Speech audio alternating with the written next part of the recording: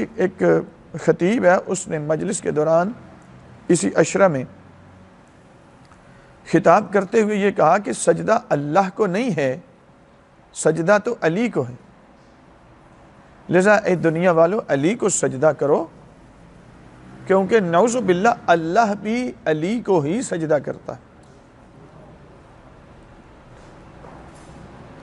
یہ سوال کیا گیا، ظاہر ہے اب یہ سوال بنتا نہیں ہے، یہ سوال ہے نہیں، لیکن اس کا مومنین کو اس کی اطلاع دینا بھی ضروری ہے، اور کم از کم امام کی ایک حدیث تبرکن ہم پیش کر دیتے ہیں تاکہ کم از کم مومنین اس میں اور اس باطل نظریے میں اور آئمہ کے موقف میں ایک فرق واضح کر سکیں۔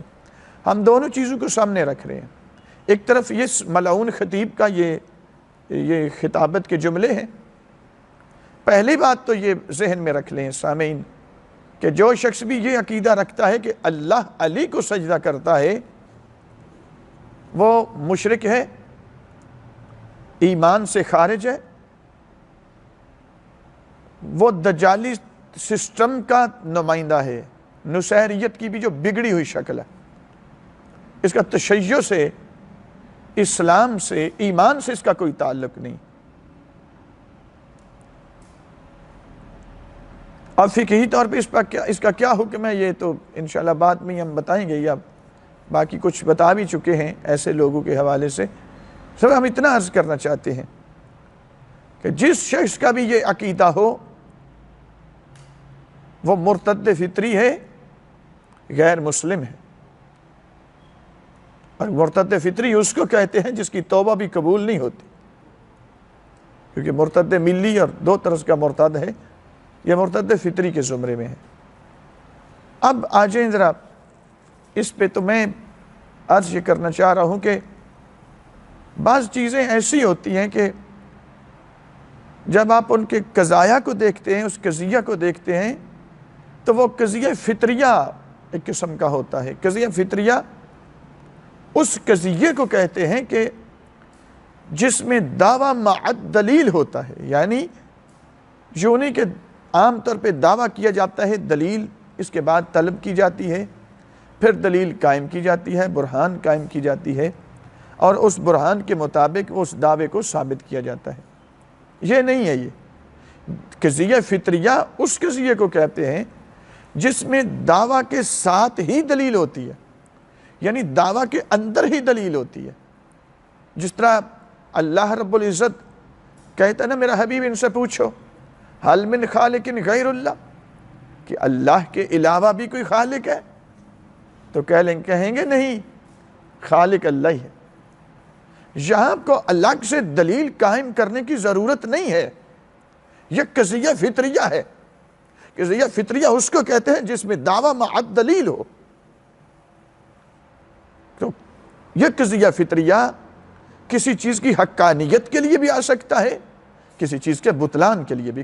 یہ سوال قضیہ فطریہ اپنے بطلان میں قضیہ فطریہ، یعنی یہ ایک ایسا جملہ ہے کہ اس پر دلیل قائم کرنے کی ضرورت نہیں، اس کے باطل ہونے پر خود اس کے جملے کے اندر دلیل موجود ہے، یہ قضیہ فطریہ۔ لیکن میں نے کہا کہ تبرکن آپ کی خدمت میں ہم یہ پیش کر دیتے ہیں، یہ کہنا کہ اللہ سجدہ کرتا ہے نعوذ باللہ علی کو، یا پیچھے ایک ملعون خطیب نے اس سے پہلے چند ماہ پہلے لاہور میں ہی ایک ملعون خطیب نے یہ کہا کہ شب جمعہ کو تمام انبیاء اترتے ہیں اور نعوذ باللہ امام حسین کو سجدہ کرتے ہیں، اور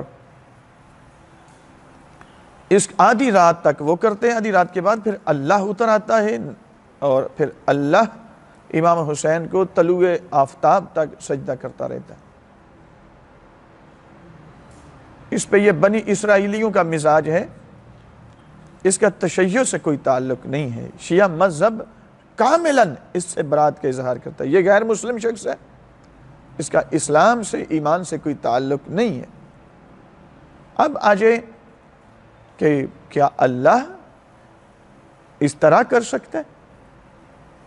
تو یہ بات طے ہے کہ یہ ایک کیفیت اور حالت کا نام ہے، یعنی جھک جانا، وہ چاہے رکوع کی حالت میں ہو یا تھوڑا سا جھکے یا سجدے میں چلا جائے، یہ حالت ہے، ایک کیفیت ہے۔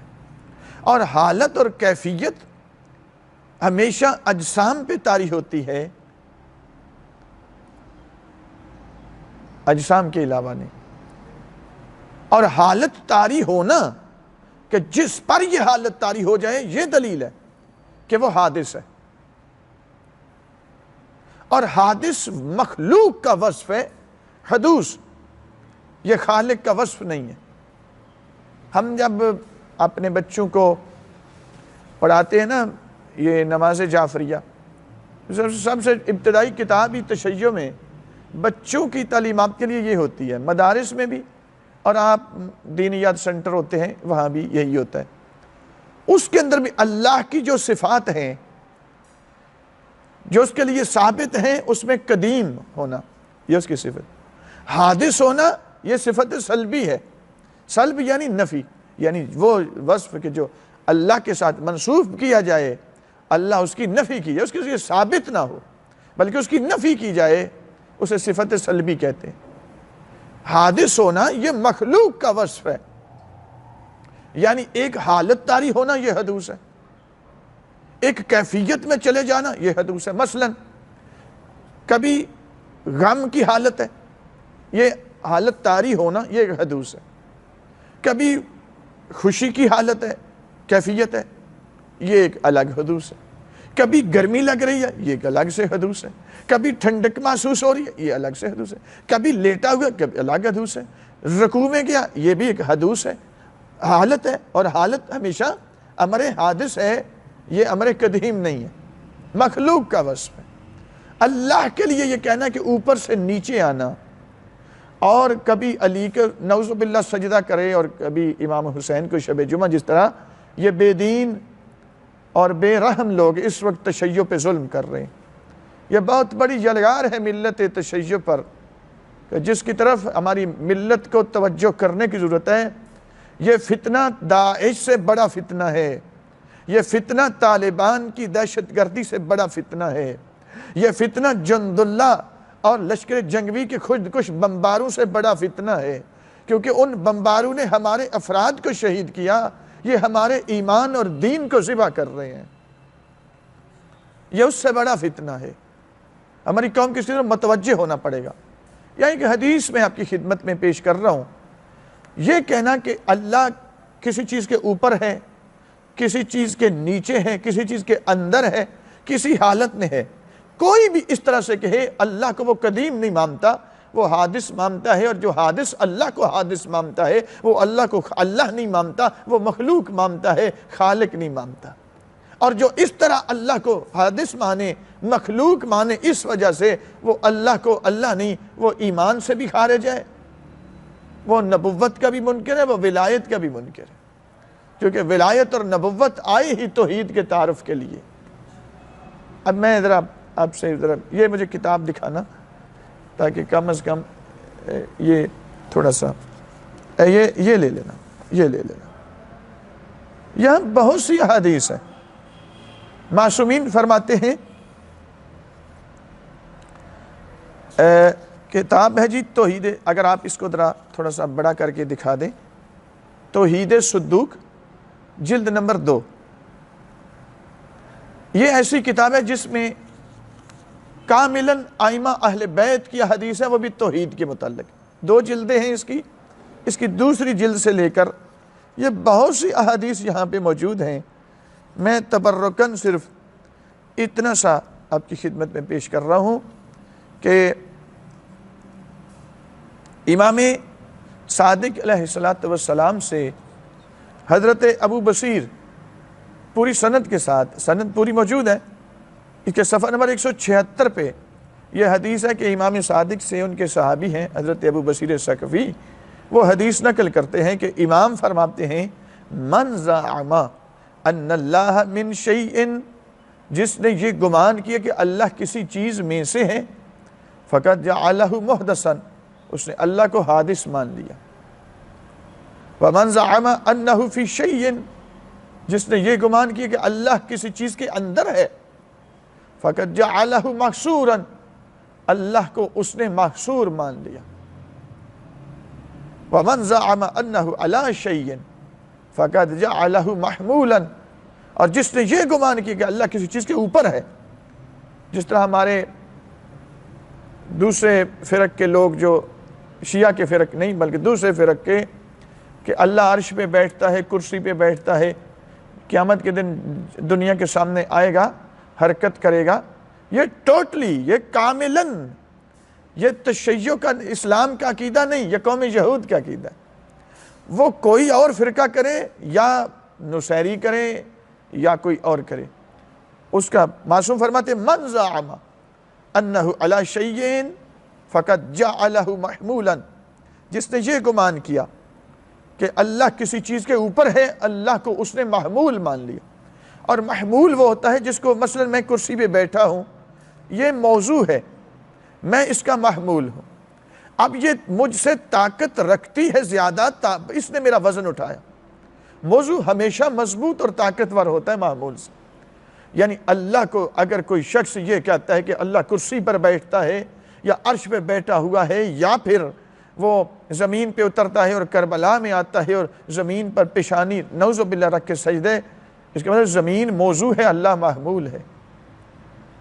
وہ اللہ کو محمول مان کے در حقیقت اللہ کی مخلوق کو اللہ سے زیادہ طاقتور مانتا۔ ویسے میں نے عرض کی کہ یہ قضیہ فطریہ ہے، اس میں دعویٰ مع دلیل ہوتا ہے کہ جس کے باطل ہونے میں خود اس دعویٰ کے اندر، جملے کے اندر ہی دلیل موجود ہو، یا خارج میں جانے کی ضرورت نہیں ہے۔ بہرحال یہ چونکہ تشیع پر یہ ظلم کیا جا رہا ہے، اس مظلوم قوم کے خون کو بہانے کے لیے یہ دجالی نظام اس وقت ہمارے اندر سے بہت سے لوگوں کو خرید چکا ہے، اور جن کا ایمان، جن کا اسلام، جن کی عزت، جن کی ناموس، جن کی زندگی کا ہدف صرف پیسہ کمانا ہو، وہ پھر اس کے لیے سب کچھ کر سکتے ہیں۔ ان کے نزدیک آئمہ کیا، ان کے نزدیک خدا کی اہمیت نعوذ باللہ کچھ نہیں رہتی۔ یہاں بہت سی احادیث موجود ہیں، جس طرح ثم استوى علی العرش، اب یہ اس آیت پہ ہم گفتگو کر چکے ہیں، ہماری پچھلی ریکارڈنگز آپ کے سامنے ہیں، جو اس پہ تحقیق کرنا چاہے وہ وہاں پہ سن سکتا ہے۔ میں یہاں پہ ہی روکتا ہوں کہ جو یہ کہتا ہے کہ اللہ کسی کو سجدہ کرتا ہے، اس کا تعلق ایمان سے نہیں ہے، ایمان سے خارج ہے، غیر مسلم ہے۔ اور دوسری بات کہ علی کو سجدہ کرو، چونکہ ساری دنیا علی کو سجدہ کرو، یہ بات ذہن میں رکھے۔ ہم نے یہ ریکارڈنگ تقریباً کی ہوئی ہے، مجھے یاد پڑ رہا ہے کہ آپ اللہ کے علاوہ جو سجدے والے کچھ جملے لے کے آتے ہیں قرآنی آیات سے، وہ سرکار آدم اور سرکار یوسف کے لیے، تو یہ بات ذہن میں رکھیں، آپ پچھلی شریعتوں کے جملے اس شریعت میں لے کر آنے کی کوشش نہ کریں۔ وہ شریعتیں جو منسوخ ہو چکی ہیں، وہ احکام جو منسوخ ہو چکے ہیں، آئمہ نے خود منع فرمایا اپنے آپ کو سجدہ کرنے سے، حرام کہا۔ نبی اکرم کو کے پاس ایک عرابی آیا اور اس نے چند سوال کیا، کہا اگر میرے آپ سوالوں کے جواب دیتے ہیں تو میں آپ کا ہاتھ پر کلمہ پڑھ لوں گا۔ نبی اکرم نے اس کے سوالوں کے جواب دیے، مطمئن ہوا، اس نے توحید کا اقرار کیا، نبی اکرم کو سجدہ کیا، نبی اکرم کی نبوت کا اقرار کیا، اور ساتھ ہی اس نے جھک کر سجدہ کرنے کی کوشش کی۔ ابھی جھک رہا تھا جو آقا دو جہان رسالت امام نے پکڑ کر اس کو اٹھا دیا، فرمایا سجدہ صرف اللہ کی ذات کو ہے، اللہ کے علاوہ اس کی مخلوق کو اب نہیں۔ وہ احکام منسوخ ہو چکے ہیں، پچھلی شریعتوں کے جملے لا کر جو منسوخ ہو چکی ہیں، وہ مومنین کے ایمان کو مغالطے میں نہ ڈالیں۔ اس مظلوم عوام جن کی کوئی چیز دہشت گردوں نے محفوظ نہیں رہنے دی، ان کے ایمان کو تو محفوظ رہنے دیا جائے۔ پروردگار ہمارے ایمان کو محفوظ فرمائے، ہماری قوم کو اس فتنے سے آگاہ رہنے کی توفیق عطا فرمائے، اور اس فتنہ دجال کو پروردگار نیست و نابود فرمائے۔ صلی اللہ علی محمد و آلہ الطیبین۔